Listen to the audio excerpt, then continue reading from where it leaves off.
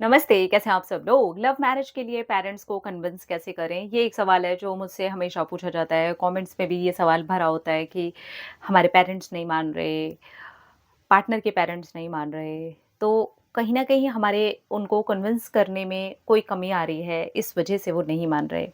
क्योंकि कास्ट वाली बातें, ये सारी की सारी जो बातें होती हैं, ये जब आप अपनी सारी की सारी बातों को, अपने पार्टनर की बातों को, अपने प्यार की बातों को, अपने पेरेंट के सामने सही तरीके से रख देते हैं, तो वो सारी की सारी बातें दूसरी हो जाती हैं क्योंकि आज की डेट में ये बहुत नॉर्मल हो चुका है, कॉमन हो चुका है, जहाँ पर बहुत ज़्यादा कास्ट और ये सब इतना नहीं देखा जाता। लेकिन वो तरीका होता है कि आप अपने पेरेंट्स से बात कैसे करते हो। नॉर्मली हम कैसे बात करते हैं कि मुझे बहुत ज़्यादा प्यार है मेरे पार्टनर से और मैं इस इंसान से बहुत ज़्यादा प्यार करती हूँ। मेरा इसके बिना नहीं हो पाएगा, मैं इसके बिना जीवन नहीं जी पाऊँगा। मुझे बहुत अच्छी लगती है, हम कब मिले थे, हम कैसे मिले थे, बस इतना बता दिया और बस अभी पेरेंट्स मान जाएँ। और पेरेंट्स शुरू में ही बोलते हैं नो, या फिर पेरेंट्स बोलते हैं नहीं, नहीं हमारे में नहीं होता, उसकी कास्ट क्या है, उसकी जाति क्या है, इतना पूछ लेते हैं। फिर जैसे ही आप बताते हो तो उनकी तरफ से आता है बिग नो। ठीक है?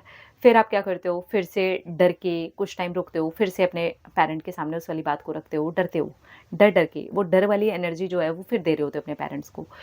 देखो, अगर आपको किसी के साथ शादी करनी है, तो आप 2 महीने, 6 महीने की वाली एनर्जी मत दो।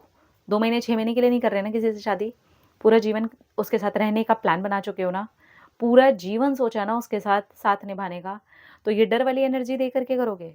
लगता है आपको कि ये काम करेगा? इम्पॉसिबल है भाई, ये काम नहीं करने वाला। क्योंकि पेरेंट्स को पता है, उन्होंने आपको जन्म दिया है, आपको तब-तब सँभाला है जब आपको खुद अपनी बॉडी का पता नहीं था। तो वो आपको अच्छे से जानते हैं और आपकी ये डर वाली एनर्जी को वो आपसे लाख गुना ज़्यादा अच्छे से जानते हैं, भले ही आप कितने भी बड़े क्यों ना हो गए हो। तो यहाँ पर आपको उनके सामने अपना पूरा सीन रखना है। कि मेरा पार्टनर ये करता है, मेरे पार्टनर का बैकग्राउंड ये है, मेरे पार्टनर इस तरीके का इंसान है, मेरे पार्टनर इतने ज़्यादा सपोर्टिंग वह है, मेरी पार्टनर इतनी ज़्यादा सपोर्टिव है, उसने मुझे करियर में इतना ज़्यादा सपोर्ट किया है, इसके साथ फ्यूचर मुझे बहुत ज़्यादा सिक्योर फ़ील होता है, मेरा फ्यूचर इसके साथ में बहुत ज़्यादा अच्छा है। क्या-क्या उसके अंदर खूबियाँ हैं, क्या-क्या आपके रिश्ते के अंदर खूबियाँ हैं, आप अपने फ्यूचर में उन खूबियों को कैसे लगा कर के देखना चाहते हो? आपके वो फ्यूचर के अंदर जो चीज़ें हैं वो कैसे फिट बैठती हैं जो कि आप अपने पेरेंट्स के सामने रख सकते हो, वो रखो। ना कि सिर्फ़ प्यार है, बहुत प्यार है और उन्होंने जैसे पूछा कि कास्ट क्या है? उन्होंने बोला नो, ये नहीं हो सकता। डर गए, दुबक गए, फिर से गए, मम्मी बहुत प्यार है, पापा उससे बहुत प्यार है, प्लीज़ मेरी उससे शादी करा दो। ऐसे नहीं होने वाला है, ऐसे नहीं होने वाला है। आपको उनके सामने क्लियर कट पिक्चर रखनी होगी जहाँ पर वो समझे कि हाँ यार, मेरे बच्चे का फ्यूचर यहाँ पे बिल्कुल सही है यार। सिक्योर है यार। ऐसा तो हम भी ढूँढने गए ना, तो हमें भी नहीं मिलेगी, हमें भी नहीं मिलेगा। मुझे पता है कि मेरे बच्चे ने ना बिल्कुल सही चूज़ किया है पार्टनर।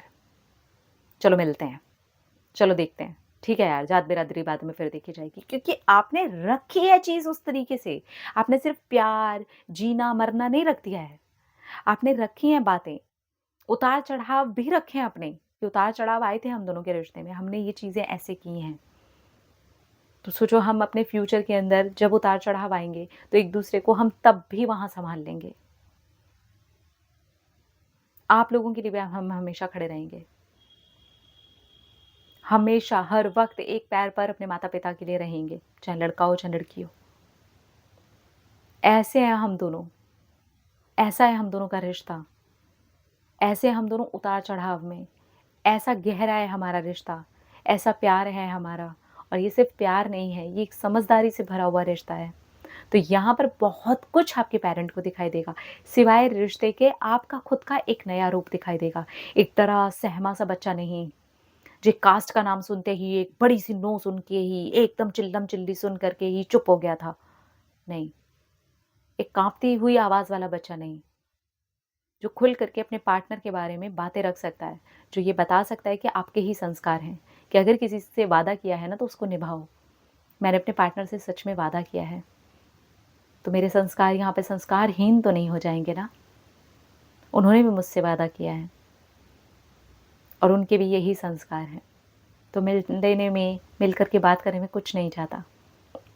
ऐसे में बहुत ज़्यादा हद तक आप अपने रास्ते को क्लियर कर देंगे। लेकिन वो डरी हुई सी, सहमी हुई सी एनर्जी बता रही होती है, अभी भी आप बच्चे हैं, अभी भी आप छोटे हैं, अभी भी आप इतने बड़े डिसीजन नहीं ले सकते, क्योंकि ये 6 महीने का डिसीजन है ही नहीं, ये तो पूरी ज़िंदगी की बात कर रहे हैं आप। तो इसलिए पेरेंट के सामने बात रखना बहुत ज़्यादा ज़रूरी है, लेकिन सही तरीके से बात रखना उससे भी ज़्यादा ज़रूरी है।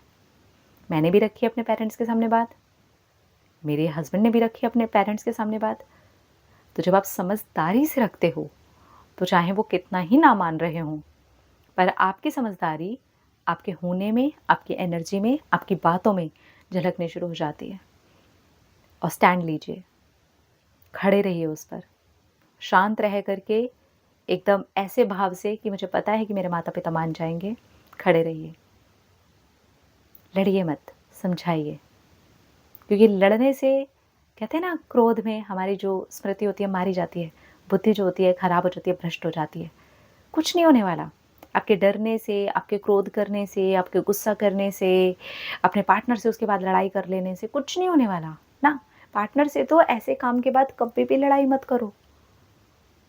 सपोर्ट बना करके रखो एक-दूसरे के साथ।